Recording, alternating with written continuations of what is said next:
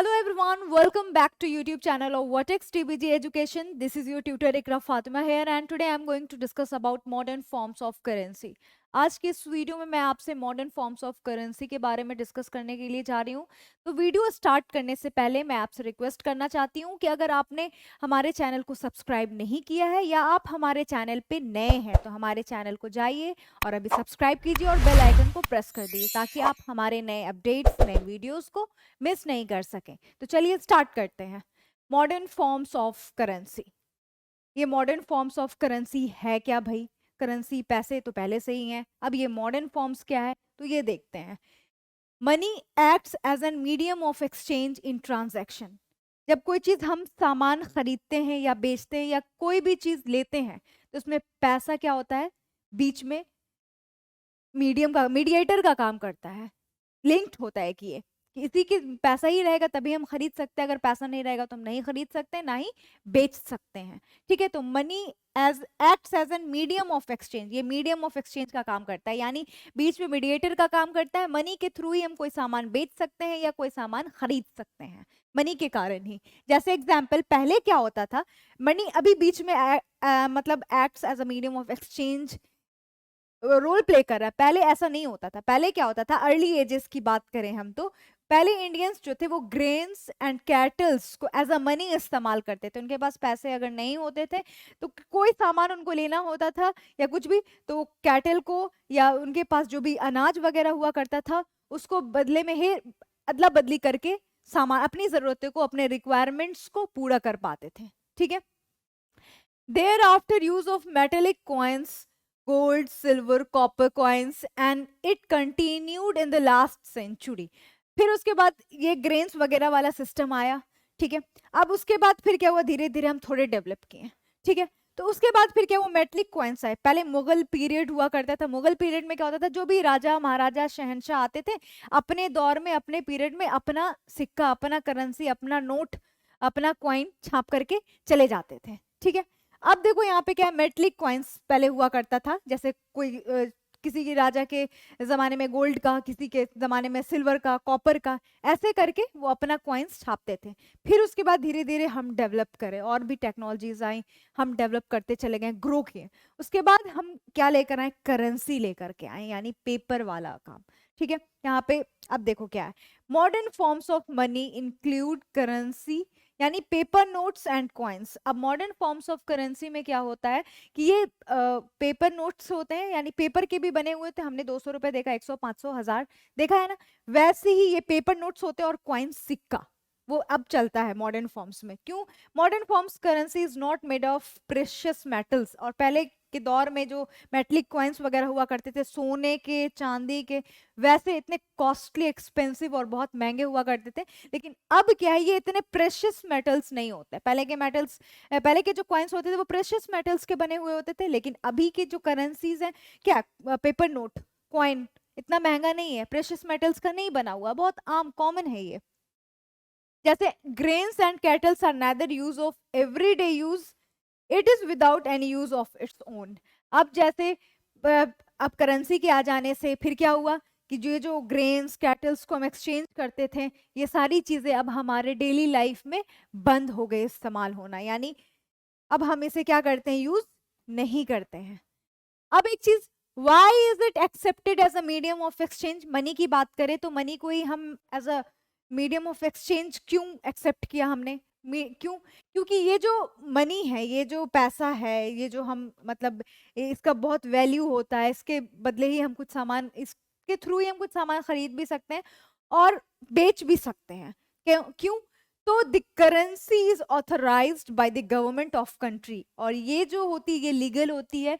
देश की जो सरकार होती है, गवर्नमेंट जो होती है, वो इसे क्या करती है, ऑथराइज्ड करती है। ठीक है, उसका स्टैंप होता है, ये ऑथराइज्ड होती है, इसलिए इसे हम क्या कर सकते हैं, हर जगह इस्तेमाल कर सकते हैं और इसकी वैल्यू होती है। अब हम कैटल का इस्तेमाल करेंगे, ग्रेन्स का इस्तेमाल करेंगे, या कोई भी मेटलिक कॉइन्स मुगल पीरियड का इस्तेमाल करेंगे, तो उसकी वैल्यू अभी होगी नहीं होगी, क्योंकि वो गवर्नमेंट का ऑथराइज नहीं है।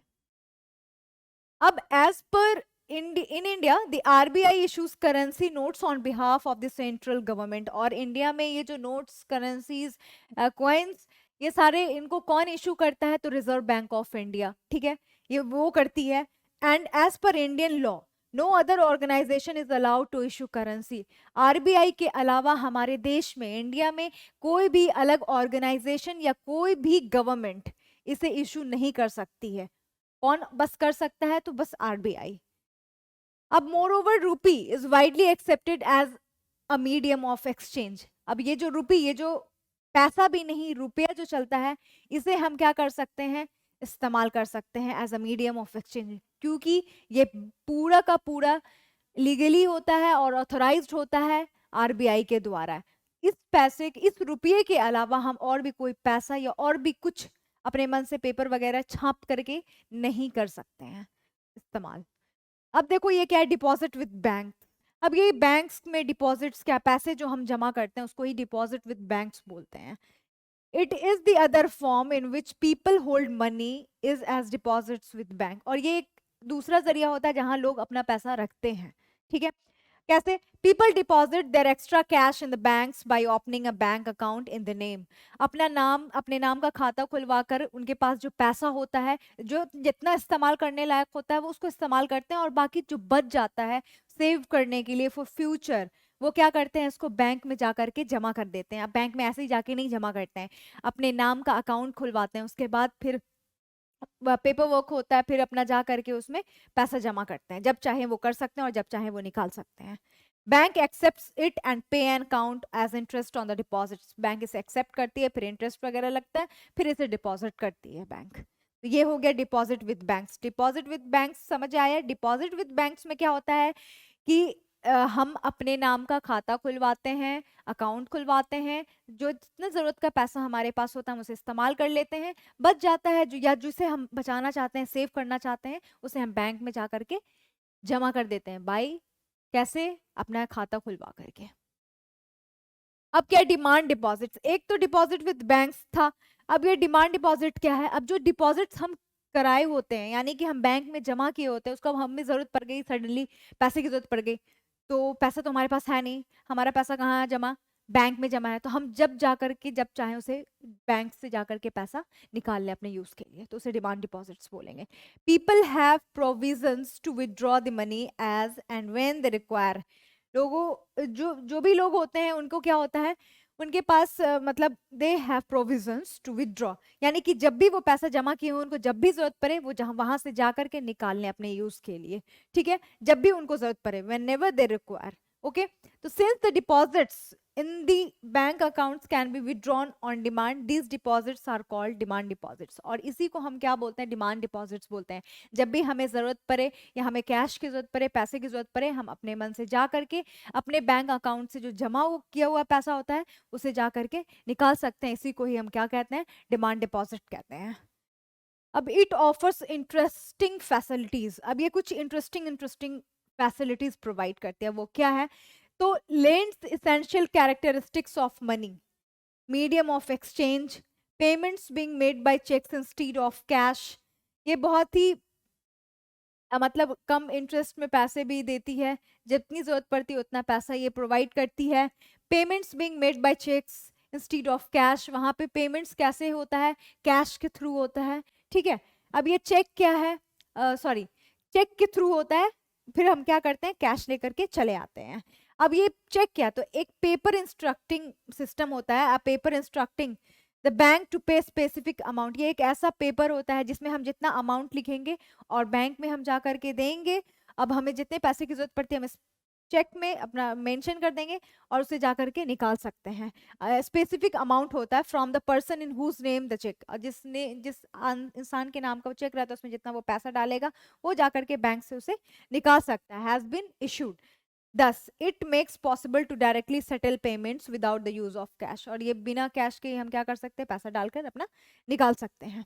The modern forms of money, यानी currency and deposits, are closely linked to the working of the modern banking system। और अभी के modern banking system में ये currency और ये deposit system एक दूसरे से क्या है? interlinked है। बाकी chapters में भी हमने पढ़ा है ना कि they are interlinked, they are connected, वैसे ही इस चैप्टर में भी currency and deposits are interlinked with each other, ठीक है। आई होप आपको समझ आया होगा। फिर मिलते हैं नेक्स्ट वीडियो में नेक्स्ट टॉपिक के साथ। तब तक के लिए keep learning, keep smiling, have a great day. Thank you so much.